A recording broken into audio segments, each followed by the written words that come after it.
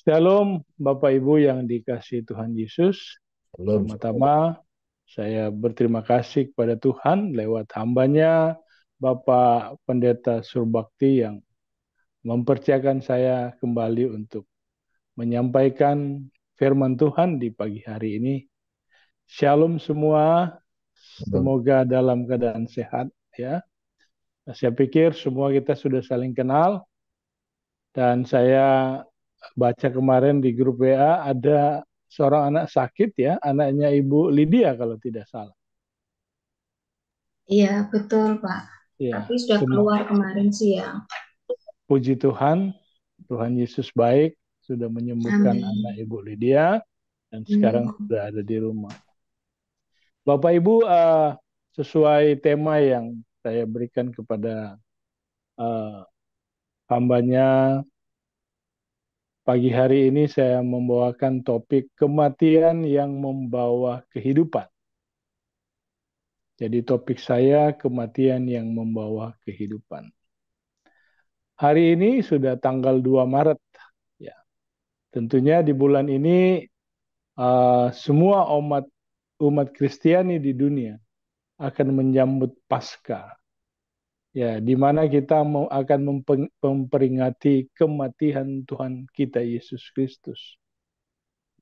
Kita akan merenungkan kembali kasih Allah yang luar biasa yang diberikannya kepada kita semua. Pagi hari ini saya ingin mengatakan kepada kita semua bahwa apapun yang kita alami hari-hari ini, baik krisis politik, krisis ekonomi, kita harus tahu bahwa Tuhan Yesus sangat-sangat mengasihi saya dan saudara. Yang paling penting, kita harus mengerti bahwa kasih Tuhan Yesus kepada kita adalah supaya kita diselamatkan. Puji nama Tuhan. Ayat firman Tuhan pagi hari ini saya ambil dalam Roma 8 ayat yang ke-28. Roma 8 ayat yang ke-28. Saya akan membacakannya. Kita tahu sekarang bahwa Allah turut bekerja dalam segala sesuatu untuk mendatangkan kebaikan bagi mereka yang mengasihi Dia, yaitu bagi mereka yang terpanggil sesuai dengan rencana Allah. Firman Tuhan berkata, kita tahu sekarang bahwa Allah turut bekerja dalam segala hal, baik enak maupun tidak enak, untuk mendatangkan kebaikan bagi mereka yang mengasihi Dia. Puji nama Tuhan. Apakah saya dan saudara mengasihi Tuhan Yesus pagi hari ini? Kalau saya dan saudara mengasihi Tuhan Yesus, maka ayat firman Tuhan pagi hari ini memang milik saya dan saudara. Melalui semua yang terjadi, ya, mereka yang selama ini secara rohani tertidur maupun rohani yang suam-suam kuku, saya percaya melalui semua yang terjadi yang kita lakukan, kita harus mengasihi Tuhan Yesus. Karena semakin kita mengasihi Tuhan Yesus, maka kehidupan kita semakin menjadi serupa dengan gambar Allah. Melalui semua yang terjadi, mereka yang selama ini secara rohani tertidur, maka Tuhan Yesus mengingatkan kita agar kita tidak hidup lagi dalam ketakutan, kekhawatiran, rasa cemas yang berlebihan, yang terus-menerus mengganggu kehidupan saya dan saudara. Di pagi hari ini Tuhan mengingatkan kita bahwa Allah turut bekerja dalam segala sesuatu untuk mendatangkan kebaikan. Karena itu kita harus ingat firman Tuhan yang berkata dalam Yesaya 30 ayat yang ke-15.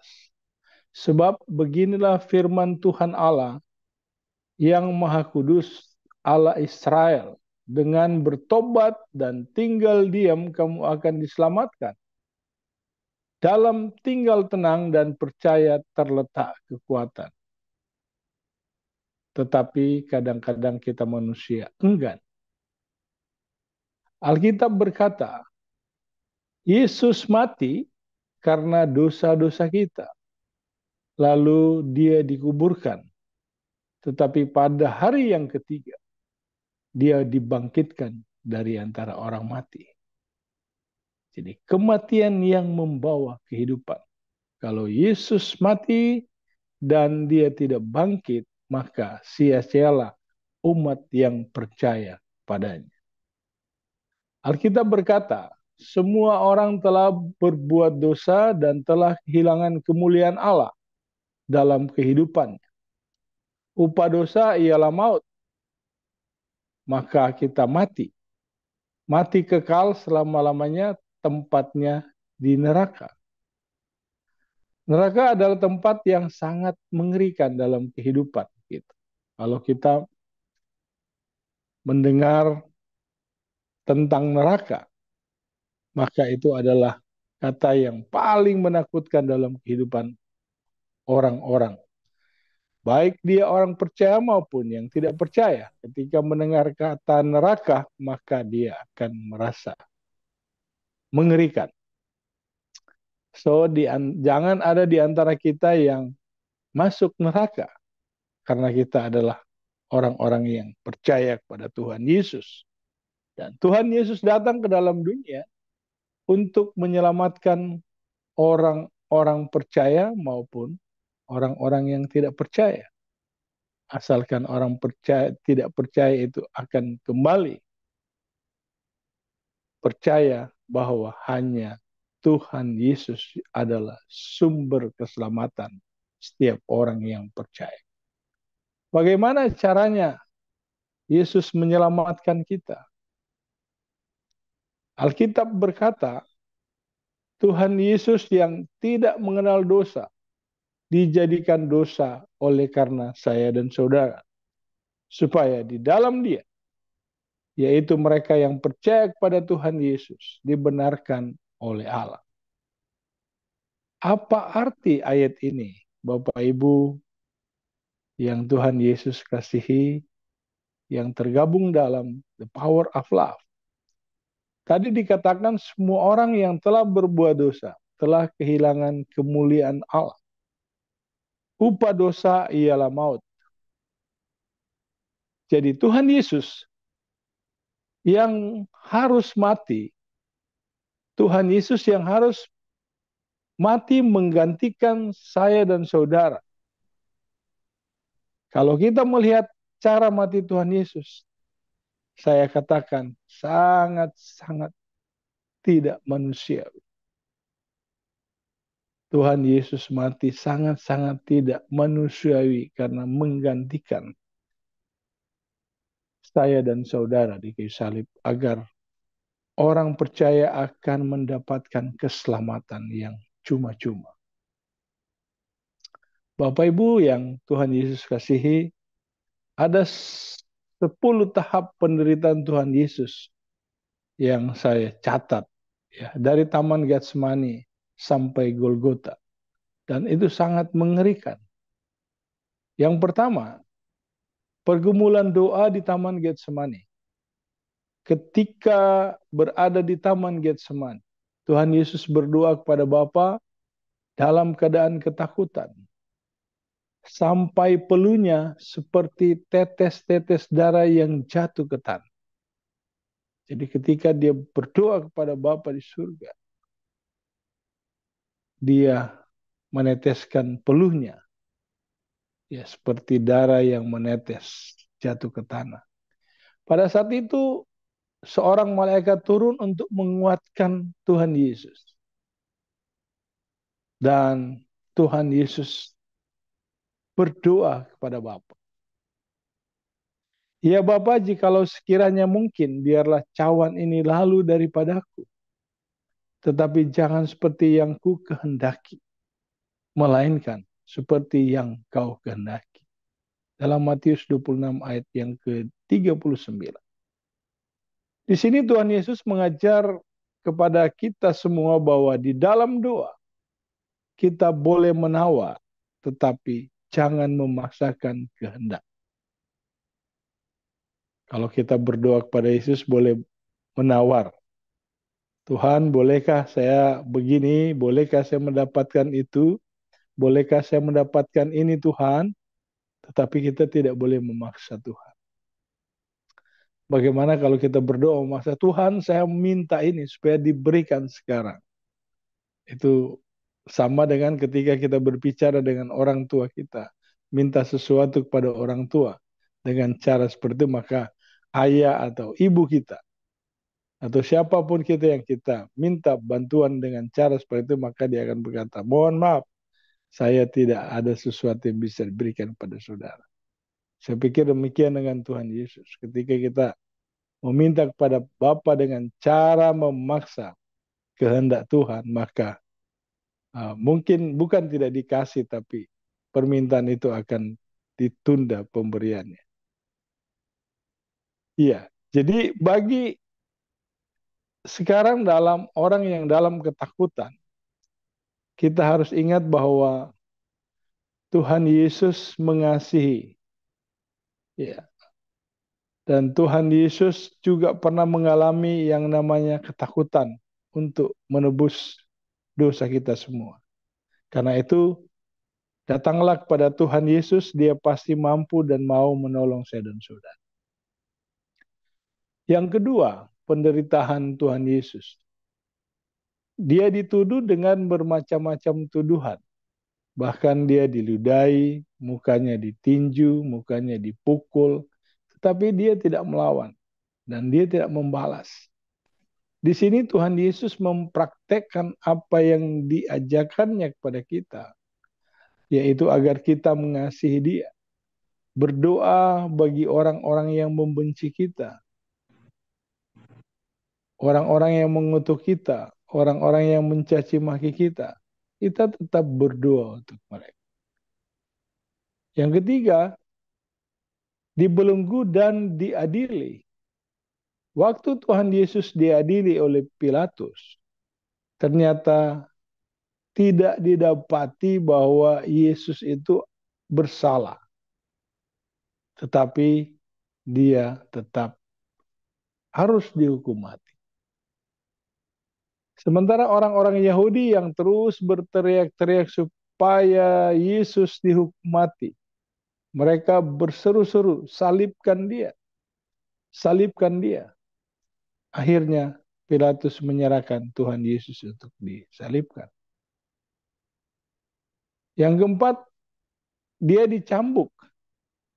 Proses awal dari penyaliban, Tuhan Yesus dibuka dan Tuhan Yesus dihukum cambuk. Dua algorjo bergantian menghujamkan pukulan ke punggung Tuhan Yesus. Ujung cambuk itu terbuat dari potongan tulang dan potongan besi, Bapak Ibu. Tapi tiap kali cambuk itu dihujamkan ke punggung Tuhan Yesus, menimbulkan luka yang dalam. Tetapi Tuhan Yesus berteriak-teriak kesakitan. Darah Tuhan Yesus tercurah. Dan dia bermandikan darah. Yang kelima, dia diberi mahkota duri. Duri ditancapkan ke kepalanya Tuhan Yesus dengan cara dipukul. Sakitnya pasti luar biasa. Ya, dan darahnya terus bercucuran. Yang membuat dia semakin lemah. Dan yang keenam, dia diminta untuk memikul salib. Dalam kesakitannya dia, ya, ketika dia dipukuli, berlumuran darah, ditambah semalaman dia tidak tidur, dan Tuhan Yesus harus memikul salibnya. Tuhan Yesus jatuh bangun karena tidak kuat. Maka Simon dari Kinere disuruh menggantikannya untuk melanjutkan memikul salib. Dan yang ketujuh, tangannya dan kakinya dipaku. Tuhan Yesus mengalami kesakitan yang luar biasa, darahnya bercucuran ketika tangannya dan kakinya dipaku. Itu pasti akan sangat-sangat sakit dan sangat menderita. Kemudian dia digantung di kayu salib. Pada saat itu Tuhan Yesus menderita secara lahir maupun batin, Bapak Ibu. Secara lahir, dia merasakan sakit yang luar biasa di sekujur tubuhnya. Dan juga merasa sesak nafas karena ada cairan yang menekan jantung. Barangkali saya dan saudara tidak sanggup untuk melakukan hal ini. Hanya Tuhan Yesus yang sanggup. Oleh karena itu Allah memberikan anaknya untuk menjadi tebusan bagi umat manusia yang telah jatuh ke dalam dosa. Secara batin Tuhan Yesus menderita karena Tuhan Yesus melihat semua yang lalu lalang menghujat dia. Ahli-ahli Taurat, tua-tua, para imam menghujat dia. Bahkan salah satu penjahat yang disalib di sebelahnya juga ikut menghujat dia. Bapak Ibu sudah digantung di kayu salib, masih dihujat, dicaci maki, menghina, dan bahkan ada orang di sampingnya juga tetap menghujat dia. Yang kesembilan, Bapak Ibu, Tuhan Yesus pernah merasa ditinggalkan oleh Bapa. Karena sekitar jam 12 siang sampai jam 3 petang, tiba-tiba langit di sekitar Golgota menjadi gelap. Tuhan Yesus gelisah dan dia berteriak kepada Bapanya, Elia, Elia, lama sabatani. Yang artinya, Allahku, Allahku, mengapa engkau meninggalkan aku? Tuhan Yesus merasa ditinggalkan oleh Bapa. Orang yang berdosa pada hakikatnya dipisahkan dari Bapa. Jadi untuk menebus dosa dari orang yang berdosa, maka Tuhan Yesus harus merasakan ditinggalkan oleh Bapanya. Dipisahkan dari Bapa. Hanya karena untuk dosa saya dan saudara. Saya percaya ini adalah puncak penderitaan Tuhan Yesus. Penderitaan lainnya tidak ada artinya dibandingkan dengan penderitaan yang dia rasakan pada saat dia ditinggalkan oleh Bapa. Haleluya. Bagi saya, kalau saya tidak bisa merasakan hadirat Tuhan, itu adalah hal yang paling berat dalam hidup saya. Ketika saya dan Bapak Ibu merasa ditinggalkan oleh Tuhan, itu adalah hal yang paling berat dalam kehidupan kita. Karena apapun yang kita minta kepada Tuhan, ketika Tuhan jauh dari saya dan saudara, maka kita akan merasa sedih. Kita tidak bisa merasakan hadirat Tuhan dalam kehidupan kita. Karena itu setiap hari saya selalu menjaga langkah-langkah dalam hidup saya agar saya terus mengalami hadirat Tuhan dalam hidup. Kalau ada dosa, kita harus cepat-cepat selesaikan supaya tidak terus merasakan ditinggalkan Tuhan. Kita bersalah, kita mohon ampun kepada Tuhan. Bagaimana cara kita meminta ampun kepada Tuhan? Kita menghampiri Tuhan dengan doa. Ya. Karena Yesus telah mati di kayu salib menggantikan dosa saya dan saudara sehingga kita mengalami kehidupan yang baru. Asalkan kita mau mengasihi Tuhan. Dan yang terakhir, ketika dia menyerahkan nyawanya, Tuhan Yesus berkata, sudah selesai. Lalu ia berseru, ya Bapa, ke dalam tanganmu kuserahkan nyawaku. Lalu Tuhan Yesus mati. Mengapa Tuhan Yesus harus mati dengan cara demikian, Bapak Ibu? Kenapa dia harus mati dengan melewati bermacam-macam tahap kesengsaraan yang dialami? Mulai dia ditangkap sampai dia disalibkan. Mengapa enggak langsung aja satu kali gitu ya? Mungkin langsung dipenggal saja kepalanya. Selesai. Mengapa Tuhan Yesus harus mati dengan bermandikan darah? Itu satu pertanyaan buat Bapak Ibu dan saya di pagi hari ini. Alkitab berkata, tanpa pertumpahan darah tidak mungkin ada pengampunan dosa.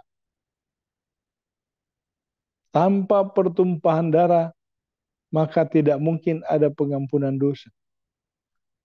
Untuk mengampuni dosa saya dan saudara. Karena untuk mengampuni dosa saya dan saudara, maka Tuhan Yesus harus mati dengan cara demikian. Selain itu, apalagi Alkitab katakan dengan cara matinya Tuhan Yesus seperti itu. Kita menerima keselamatan yang cuma-cuma daripada Tuhan. Ketika kita mengalami masalah, kesulitan, Tuhan Yesus sanggup. Ketika kita mengalami sakit penyakit, Tuhan Yesus sanggup menanggungnya. Bahkan dia sanggup memikul semua masalah yang ada dalam kehidupan saya dan saudara.